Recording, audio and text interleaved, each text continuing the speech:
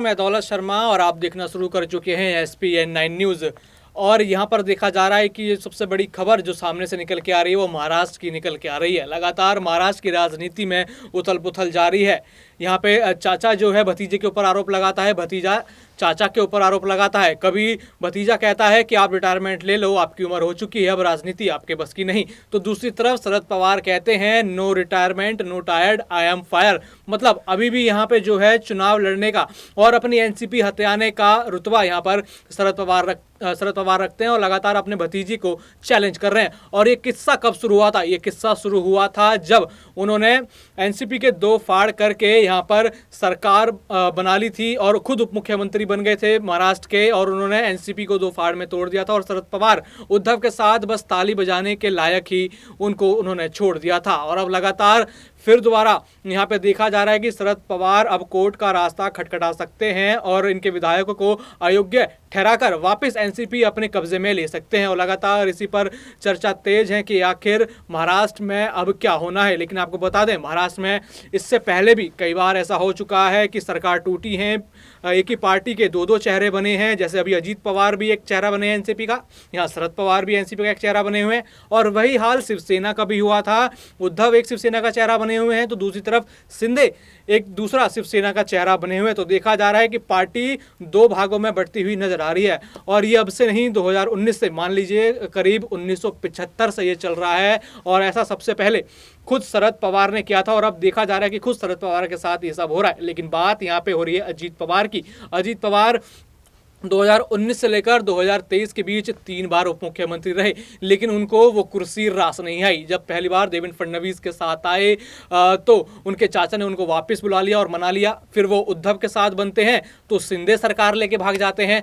और अब उन्होंने एनसीपी तोड़ के ही मुख्यमंत्री पद जो है चुनना सही समझा और एनडी के साथ जाके मिल गए। और आज चर्चा उसी पे करेंगे कि आखिर क्यों राजनीति की माफ़ कीजिएगा, आखिर क्यों महाराष्ट्र की राजनीति में इतना उबाल लगातार मचा हुआ है। और हमारे साथ चर्चा करने के लिए हमारे साथ हैं सिद्धार्थ, जो लगातार महाराष्ट्र की राजनीति पर नज़र बना के रखे हुए हैं और लगातार खबरों पर नज़र है कि आखिर महाराष्ट्र में क्या चल रहा है। तो सिद्धार्थ, आखिर महाराष्ट्र में क्या चल रहा है और कब तक आपको लगता है ये थमेगा? और अजीत पवार का जो देखा जा रहा है कि वो 3 बार मुख्यमंत्री रहे 19 से लेकर 23 के बीच, जिसमें से 2 बार वो अनसक्सेसफुल रहे हैं और दूसरी बार अब तीसरी बार वो बने हैं। तो देखा जा रहा है कि पार्टी के 2 हिस्से कर दें। तो क्या ये अजीत पवार की प्लानिंग थी या बीजेपी का बड़ा हाथ इसमें था? देखिए, ये बहुत बड़ी बात है अपने आप में। और आपने देखा कि कुल मिलाकर के 5 बार जो है उप मुख्यमंत्री बन चुके हैं अजीत पवार। अजीत पवार का ये तीसरा जो है 2019 से लेकर के अगर अभी तक के जो है परिणाम में देखें तो 3 बार वो उप मुख्यमंत्री बन चुके हैं। हालांकि उन्होंने अब जो आखिरी जो दांव उन्होंने चला है यह बहुत बड़ा दांव है और कुल मिलाकर के अब मान सकते हैं कि उनकी स्थिति जो है कहीं ना कहीं स्थिर होती हुई दिखाई पड़ रही है। और इस बात को लेकर के यह कहा जा सकता है कि अब उनके पास जो है वह दावा कर रहे हैं कि उनके पास कुल मिलाकर के 40 से 43 विधायक हैं। 36 विधायकों के बाद जो है उनको बहुमत चाहिए होगा, जहां पे जो है 36 विधायक अगर उनके खेमे में आ जाते हैं तो वे पार्टी विरोधी गतिविधियों में जो है वो दल बदल कानून के अंतर्गत वो उनकी जो है सदस्यता खत्म नहीं होगी और ना ही विधायकों की सदस्यता खत्म होगी। अगर 36 विधायक से कम की संख्या उनके पास रहती है तो जाहिर तौर पर उनकी सदस्यता, विधानसभा सदस्यता रद्द हो जाएगी और उन सभी विधायकों की भी हो जाएगी। कुल मिलाकर के शरद पवार के पास एक बहुत बड़ी जो चुनौती है। बहुत बड़ी चुनौती क्या, मैं इसे जो है शरद पवार की पार्टी का जो है लगभग अंत मानता हूं।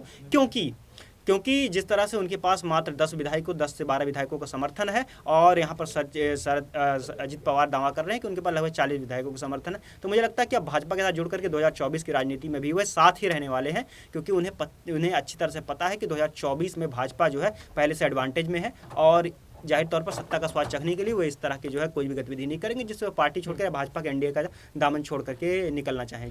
जी, आपने कहा कि राजनीति का स्वाद वो चखना चाहते हैं, कुर्सी का स्वाद। लेकिन इससे पहले 2019 में भी तो उनको कुर्सी का स्वाद मिला था, देवेंद्र फडणवीस के पास हो गए थे और पहले भी देखा था कि एनसीपी टूटती हुई नजर आई थी। लेकिन शरद पवार ने उस समय उनको मना लिया और वो वापस उनको ले आए और देवेंद्र फडणवीस धराशायी हो गए और फिर दोबारा मुख्यमंत्री से फिर वो दोबारा एक आम नेता बन के रह गए। लेकिन इस बार ऐसा क्या हुआ कि शरद पवार जो है अजीत पवार को मना नहीं पा रहे और कानूनी लड़ाई की बात कर रहे हैं। देखिए मैं एक बहुत सीधी बात कहना चाहूँगा कि चाणक्य ने जो है कहा था कि अगर किसी जो है दुविधा को आप जो है ख़त्म करना चाहते हैं तो उसका समूल नाश कर देना चाहिए। कहने का मतलब साफ है कि अगर किसी मुसीबत को आप ख़त्म करना चाहते हैं तो उसको जड़ काट दो। लेकिन आपने देखा कि जब शुरुआत में ही अजित पवार के तेवर जो है वो साफ हो गए थे कि वे पार्टी विरोधी गतिविधियों में शामिल हो गए हैं, वह राजनीतिक जो है विधायकों को लेकर के भाग रहे हैं। शरद पवार के सामने यह बात पहले से साफ हो चुकी थी। शरद पवार लेकिन फिर भी जो है, चाहे इसे पुत्र मोह कहिए, चाहे इसे जो है अपनापन कहिए, भतीजे का प्यार कहिए, या जो कुछ भी कहिए बातें, उनके बाद भी उन्होंने समझाने की कोशिश की। और आखिरकार आपने देखा कि जब उन्होंने सुप्रिया सुले और प्रफुल्ल पटेल को कार्यकारी अध्यक्ष बना दिया तो फिर उस समय अजित पवार से रहा नहीं गया। अजित पवार ने अभी हाल में यह भी कहा था कि साल 2004 में जब उनके हाथ में सत्ता आई थी तो उन्होंने कांग्रेस को प्रमोट करके जो है मुख्यमंत्री पद के लिए, सरकार बनाने के लिए प्रमोट कर दिया और एनडीए में नहीं गए। जाहिर तौर पर अजित पवार का कहना है कि उनकी विचारधारा जो है वो एनडीए से ज़्यादा मैच खाती है और शरद पवार लगातार विपक्ष की राजनीति करना चाहते हैं। यही दोनों चाचा और भतीजों की जो है वो विचारधारा में सबसे बड़ा फर्क यहीं पर है कि सत्ता अगर मिल रही है एनडीए में आकर के तो एनडीए का दामन जरूर थामना चाहिए, और यही बात है लगातार देखने को मिल रही है। और मुझे लगता है कि अजित पवार इस पूरे के पूरे मामले में कहीं ना कहीं आगे दिखाई पड़ते हैं और 2024 तक अब वे लोकसभा के चुनाव तक बने रहेंगे एनडीए में। जी हाँ, बिल्कुल जो है अजीत पवार एनडीए में बने रहेंगे। लेकिन यहाँ पे सिद्धार्थ लगातार एक सवाल उठ रहा है कि यहाँ पर शिंदे लगातार जो है बीजेपी के आला कमान के जो बड़े नेता हैं उनके खिलाफ आवाज उठा रहे थे और उनके बेटे ने भी सीधा सीधा धमकी दे दी थी कि अगर उनकी बात नहीं मानी जाती है, क्योंकि उनके विधायकों को यहाँ पे मंत्री पद का जो वादा किया गया था वो नहीं सौंपे गए, तो वो इस्तीफा दे देंगे। तो क्या देखा जा सकता है कि शिंदे को इस पूरी राजनीति से बाहर करने के लिए, क्योंकि उन्होंने बीजेपी के आला कमान के खिलाफ आवाज उठाई थी, लगातार वो विरोध कर रहे थे, तो क्या देखा जा सकता है कि अजीत को इन करके शिंदे को आउट करने का यहाँ पे गेम खेला गया है? देखिए अजीत पवार को एंट्री करा करके जो है शिंदे को आउट करने का प्लान मुझे फिलहाल इस बात को लेकर नहीं दिखाई पड़ता है। हाँ, शिंदे के पास जो है, शिंदे के ऊपर जो है वो कंपटीशन बढ़ गई है यहाँ पर मुख्यमंत्री पद की, ये मैं जो है निस्संदेह रूप से कह सकता हूँ। लेकिन सबसे बड़ी अगर बात देखें तो राजनीति में पहली बात जो है लाभ और दूसरी बात भय, इन दोनों ही चीज़ों को जो है बराबर जो है तौल कर देखा जाता है। अगर कोई व्यक्ति आपके प्रति निष्ठावान रहता है तो दो कारण हो सकते हैं, या तो उसे आपके साथ जो है वो लाभ दिखाई पड़ रहा है, या तो आपसे बिछड़ करके जो है उसे डर होगा।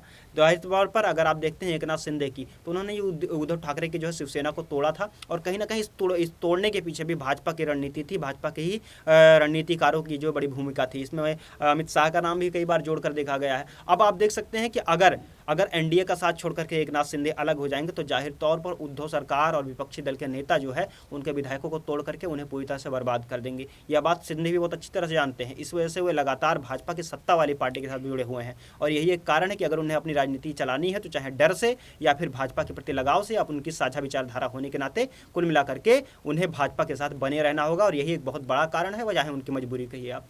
जी हाँ सिद्धार्थ, मेरा एक आखिरी सवाल होगा कि क्या 2024 में अपनी पार्टी का विस्तार करने के लिए बीजेपी लगातार जो है इसी तरीके से जो है ऑपरेशन लोटस की बात की जा रही है विपक्षियों की तरफ से कि ऑपरेशन लोटस चला रही है, और अब महाराष्ट्र के बाद बिहार में भी क्या ऐसा हो सकता है कि ऑपरेशन लोटस चले और नीतीश के विधायक जो है एनडीए में शामिल होंगे वापस? देखिए, नीतीश के विधायकों की अगर बात करें तो नीतीश के विधायकों पर लगातार भाजपा की नजर है। इसके अलावा अगर बात करें तो जिस तरह से आपने ऑपरेशन लोटस की बात की थी, आप महागठबंधन की जिस तरह से बात हो रही थी, आपने देखा कि रामविलास पासवान की लोक जनशक्ति पार्टी जो है, जो कि एनडीए से अलग हो गई थी और अब फिर से एनडीए में उनका समर्थन होने वाला। चिराग पासवान से आज केंद्रीय मंत्री ने मुलाकात की है और इस बारे में यह देखा जा रहा है कि बहुत जल्द ही दोनों दलों की जो है फिर से एनडीए में वापसी हो जाएगी। और इस दल के कारण जो है वहीं आप देख सकते हैं कि राष्ट्रीय जनता दल यानी कि जो है लालू प्रसाद यादव या तेजस्वी यादव की पार्टी, इसके अलावा नीतीश कुमार की पार्टी, इन दोनों के भी जो है ईडी सीबीआई की जो चार्जशीट जिस तरह से दाखिल की गई है तेजस्वी यादव के खिलाफ, तो कहीं ना कहीं उनके साख को बट्टा लगा है। और आने वाले समय में जिस तरह से मनीष सिसोदिया के ऊपर देख सकते हैं कि वह जो है